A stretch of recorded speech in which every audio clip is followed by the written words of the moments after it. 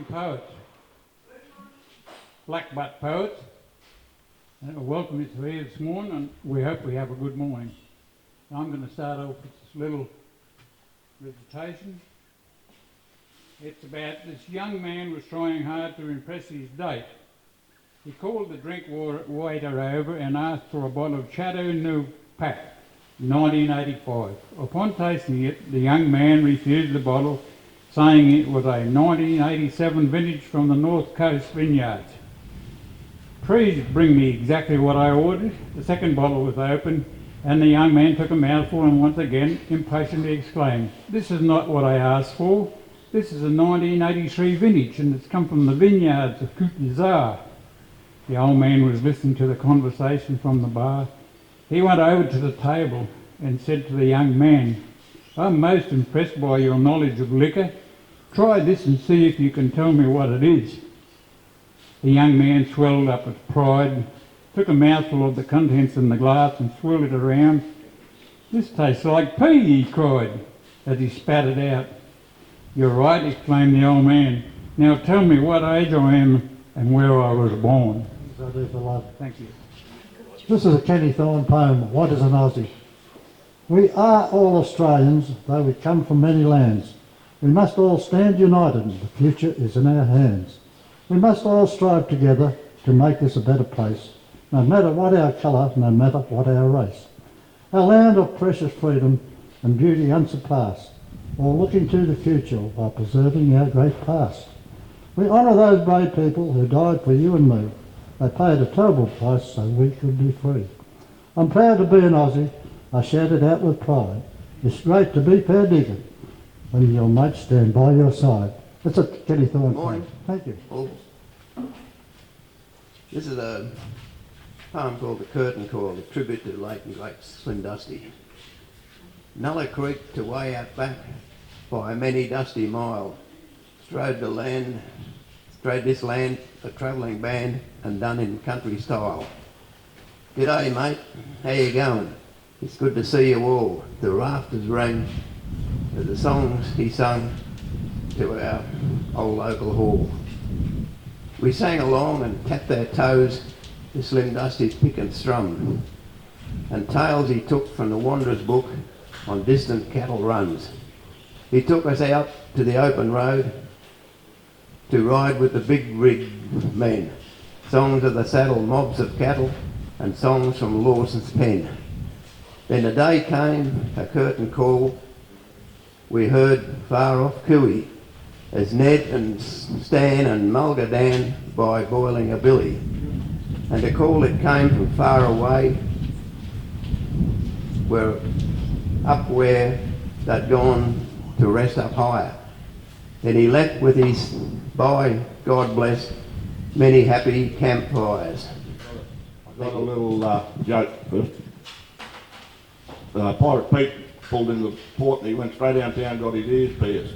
When he got back to the ship, his mate said, "What did that cost, Pete?" He said, "A buccaneer."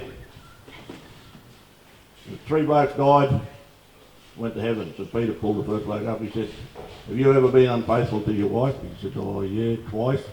He said, "Well, while you're in here, you're only going to get a little car to drive." You get the next bloke. "Have you been unfaithful to your wife?" He said, "Yeah, once." He said, "Right, you'll get a family car to drive." Then you get the next bloke. He said, "You been unfaithful?" "No." He said, "I've been true to my wife all our married life." He said, "Never once did I fault her." He said, "Well, you'll get a limousine." So he gets a limousine, they're driving down the street one day and the 3 of them pull up at the lights. The bloke in the little car looks over and the bloke in the limo's crying. He said, "What are you crying about?" He said, "You got a limousine to drive around, look what I got." He said, "I just passed my wife. She's on a skateboard." Good morning. Thank you. I've just got a little joke here. All the people in church and the minister said, today we're not going to have hymns and that, we're just going to have a guessing game. So he said, I want you to tell me, when I give you a word, you've got to make a song out of it. So this little fella put his hand up and the minister said, amazing. He said, that's easy. Amazing grace. He said, that's good. And the next one he said, cross. Does anybody know a song with cross? And the next little fella said, yeah. the old rugged cross. Very good. He said, what about sex? And the whole church went quiet. And next minute, the little old lady up the back put her hand up and she said, darling, what song could you make with sex? And she thought for a while and she said, memories, sweet memories. Yeah, good morning, everybody. My little joke is about a blonde. There once was a blonde who was very tired of blonde jokes and insults directed at her intelligence. So she cut and dyed her hair, got a makeover, got in her car and began driving around the country. Suddenly she came to a flock of sheep on the road. She stopped and went over to the shepherd attending them. If I can guess the exact number of sheep here, will you let me have one, she asked. The shepherd, thinking this was a pretty safe bet, agreed and the blonde said, you have 171 sheep, said the blonde in a triumph. Surprised, the shepherd told her to pick out a sheep of her choice. She looked around a while and finally found one that she really liked. She picked it up and was petting it when the shepherd walked over to her and asked, if I can guess the real colour of your hair, will you give me my sheep back? The blonde thought it only fair to let him try. You're a blonde, the shepherd said. Now give me back my dog. Morning, everyone. Got this joke for you. Teacher's got these children in the class and she says to them, children, I want you to come up with a line and the word fascinate. And I'm looking for the word fascinate, children. And so anyway, Mary puts up her hand and she says, Miss, on the weekend, my parents took me up my uncle's farm and we're driving up the driveway of the farm and there was all these woolly white sheep running around the paddock. It was fascinating. And the teacher said, that's not the word I'm looking for, children. It's not fascinate, it's fascinate's the word, children, fascinate. And then Julie puts up her hand and she says, Miss, on the weekend, my parents took me down to Brisbane and we stayed in a high-rise hotel and we looked out over the Brisbane River at night and we could see all these lights. It was fascinating. And the teacher really spat it. She said, look, children, it's not fascinating. Get it into your head. It's fascinate's the word. The teacher had a bad attitude, eh? And anyway, next thing, Johnny puts up his hand and the teacher says, yes, Johnny? Johnny said, Miss, I got this Auntie Dorothy and she's got big breasts and she's got this blouse that's got 10 buttons coming up the front. And because her breasts are so big, she can only fascinate. I'd like to do a poem that was actually a song that I wrote, but it started off as a poem. And it's all about respect. It doesn't really matter the colour of your skin, if you drive a rusty Holden ute or if you're fat or thin. It doesn't really matter if you're filthy rich or poor, if you live on fruit or vegetables or you're a full-on carnivore. It doesn't really matter where you're from or where you're going, if summer's late in coming or if it's raining hard or snowing. It doesn't really matter if your meal's a little late, just thank the cook before you leave for the repast you just ate. We need to have respect and tolerance of others, respect for those who've done it tough, especially your mothers. It's all about respect, as I mentioned just before. As a black man told me up the Cape, it's all gone out the door. It doesn't really matter if we live in house or tent. It doesn't really matter as long as we're content. It doesn't really matter we have different walks of life, as long as we respect our peers and keep them all from strife. It doesn't really matter because now we're getting old, we've just put educated fools in power who really can't be told. To me, it really matters, and we should all confess, if we had a little more respect, we wouldn't have this mess. So let's get it right and get respect, as it was in days of old. Smarten up, get respect. It's worth much more than gold. It doesn't really matter if you're hairy or quite bald. if you go to church and have a faith, no matter what it's called, it doesn't really matter what you wear upon your head, an akubra or a fancy fez or a baseball cap instead. All we need is respect. Remember, old folks are worth a fortune, with silver in their hair and gold in their teeth, stones in their kidneys and gas in the stomach. I have become a little older since I saw you last, and a few changes have come into my life. Frankly, I've become a frivolous old girl. I'm seeing 7 gentlemen each day. As soon as I wake up, willpower helps me out of bed. Then I go and see John, followed by Uncle Toby. Then it's time for Billy T. They leave and arthritis shows up and stays for the rest of the day. He doesn't like to stay in one place very long, and he takes me from joint to joint. After such a hectic day, I'm really tired and glad to go to bed with Johnny Walker. What a life. Oh yes, I'm also flirting with Alzheimer's. P.S. The preacher called the other day. He said, at my age I should be thinking of the hereafter. Oh, I do that all the time. If I'm in the parlour, upstairs or in the kitchen, I ask myself, what the hell am I hereafter? Oh, good morning, everybody. My poem that I'm going to do is called Smartphone, Dumb User. And it's written by Rick W. Cotton. My new phone is smart. I guess that I'm not. Amazing what all this here smartphone has got. TV and weather and internet too. There's just no limits to what it can do.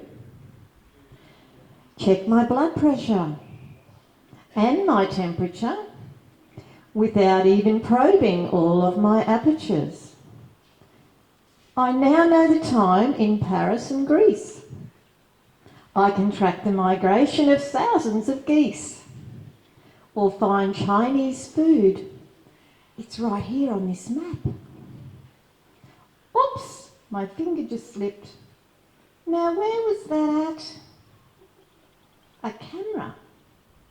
A camera! Now I can take shots of everyone I know who'd rather I not. Push this here button and take me a selfie. If it had a nose, this thing would take smelfies. Email to pester with, video to shoot, maps to drive around with. Wow, that's a hoot. A compass to guide me home if I'm lost. Thank God work paid for this thing. What it costs. The things that it does would amaze Mr. Bell. What would he have thought of it? No one can tell. But one question's still stuck in my mind. Despite all the gizmos that strike me with awe, they're fun and they're useful and techy and all. But how do I just simply make a phone call? Poem, shots away. The Sergeant Major drilled his men out on the rifle range. Though scores were most erratic there, was one thing didn't change. Some had scores of 98 and others 94, and 70s and 80 odds were chalked up by the score. Still others ranged from mediocre down to rather low. At least around the outer edge, their bullet marks would show. But one always missed the target. He had no score at all. The bane of his instructor's life was Oscar over Maul. The private really tried so hard, and careful was his aim, but gusts of wind and blinding sun were wont to get the blame. When bullets strayed far from their mark and whistled through the air, to spray among the oak tree scrub and fall he knew not where. The farmers mustering their stock sought cover with their dogs, while cyclists on nearby roads would dive for hollow logs. The Sergeant Major cursed him then, and anger fierce unlashed, and piled the blame on Oscar when a helicopter crashed. The private spent some sleepless nights in nervous promenade. He couldn't hit the target. He nearly shot the guard. When Sergeant Major Clemson tried to remonstrate with him, the soldier went to pieces and his future seemed quite grim. "Of course I'm awfully sorry, sir," the distraught young man said. "When I can't hit the target, I wish that I were dead. I'd rather shoot myself than face those castigating spells." The Sergeant Major sadly said, "Take plenty of bloody shells." The poem I'm going to do is called The Battery Hen, and the reason I'm doing this poem is, I don't know whether you've ever done this, but I bought 6 battery hens from one of those places, a buck each, 6 hens, 1 year old, and when we got them, no feathers and they couldn't walk. But the good news is, after a time in the backyard, they grew feathers and most of them could walk and some of them walked a little bit. So this is the battery hen. It's a Pam Ayres poem. Oh, I am a battery hen. On me back there's not a germ. I never scratched a farmyard and I never pecked a worm. I never had the sunshine to warm me feathers through. Eggs I lay every day for the likes of you. But it's no life for a battery hen.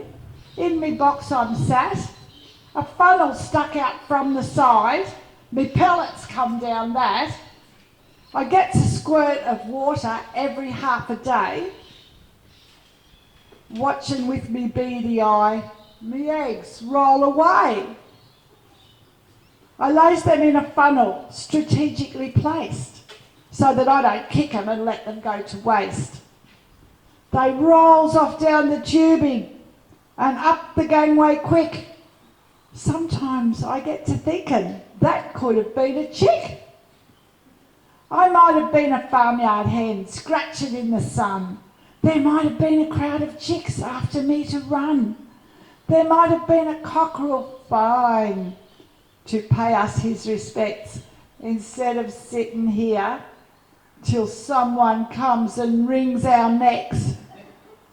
I see the time and motion clock, it's saying nearly noon. I expect me squirt of water will come flying at me soon, and then me spray of pellets will nearly break me leg, and I'll bite the wire netting and lay one more bloody egg. Right, the poem I'm going to do is The Chinese Cook, and is written from the mongrel from the Mulga. The station had a Chinese cook, but he wasn't treated very well. He was the butt of every joke. His life made living hell. They put bull ants in his boots, black snakes in his bed, a porcupine in his pillowcase, right relayed his head. Knots were tied in the legs of the Chinese pants he wore, but the cook kept on cooking, and he never even swore. They would hide around corners, then jump out and go boo. But the cook kept on smiling, in a way that Chinese do. Finally, the men felt ashamed and decided to put things right, saying, "Charlie, let's be mates. We no more give you fright." He said, "You change your ways, then me be good boy too. Next time me cookie dinner, no more piddle in the stew." Everybody, my poem this morning is called Misunderstood. When the Lord gave out brains, I thought he said trains, and I missed mine. When he gave out looks, I thought he said books, and I didn't have any. When he gave out noses, I thought he said roses, so I said I'll have a red one. When he gave out ears, I thought he said beers, so I ordered 2 long ones. When he gave out legs, I thought he said kegs, so I said I'll have 2 big round ones. When he gave out chins, I thought he said gins, so give me a double. Oh Lord, I'm a mess. Thank you. It's funny how names stick with you over the years. This is a poem about a girl. It's called Sheepish Was Emma. Oh, tragic is a lonely child that's cursed by freakish names, a maiden forced through endless years to play Fantasia's games. In fantasy she walked a path of light by moon's soft beams, while gallant knights on snowy steeds came charging through her dreams. In visions rang her wedding bells, through lonely years they pealed, but marriage never changed her name or spread its sheltered shield. For Emma was her Christian name. She often thought it strange. But Sheepshanks was her other name. Oh, how she longed to change to something normal. Time turned Emma's hair to grey, but still she fought her lifelong fears, and every night she'd pray. Yet lovers never came her way, her name remained the same. She pondered fate as cruel as hell, and craved a man to claim. An answer came to Emma's prayer, a dashing cavalier. By passion she was swept along as romance hovered near. The rapture of her love for Fred was real beyond belief. She dreamed of leaving Sheepshanks dead, that name of mortal grief. But Emma found his business card and cursed all freakish names. How could she ever disregard Ramsbottom, Frederick Good James? morning, Thanks very much. everybody. The poem I'm going to do is called Do Not Stand at My Grave. Do not stand at my grave and weep. I'm not there. I'm not sleep. I am 1,000 winds that blow. I am the diamond glint of snow. I am the sunlight on... Sorry. I am the sunlight on ripened grain. I am the gentle autumn rain. When you awaken in the morning hush, I am the swift uplifting flight of birds in circle flight. I am the soft stars that shine at night. Do not stand at my grave and cry. I'm not there. I did not die. Morning. Thank you. This is a story about a young Australian Catholic who went on the grand tour of Europe, see all the big cathedrals.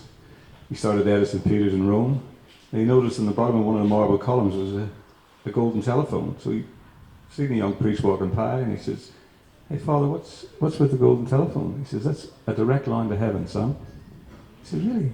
How does that work?" He said, "With €1,000, you can get direct contact with heaven." He said, "That's amazing, but I haven't got that sort of money."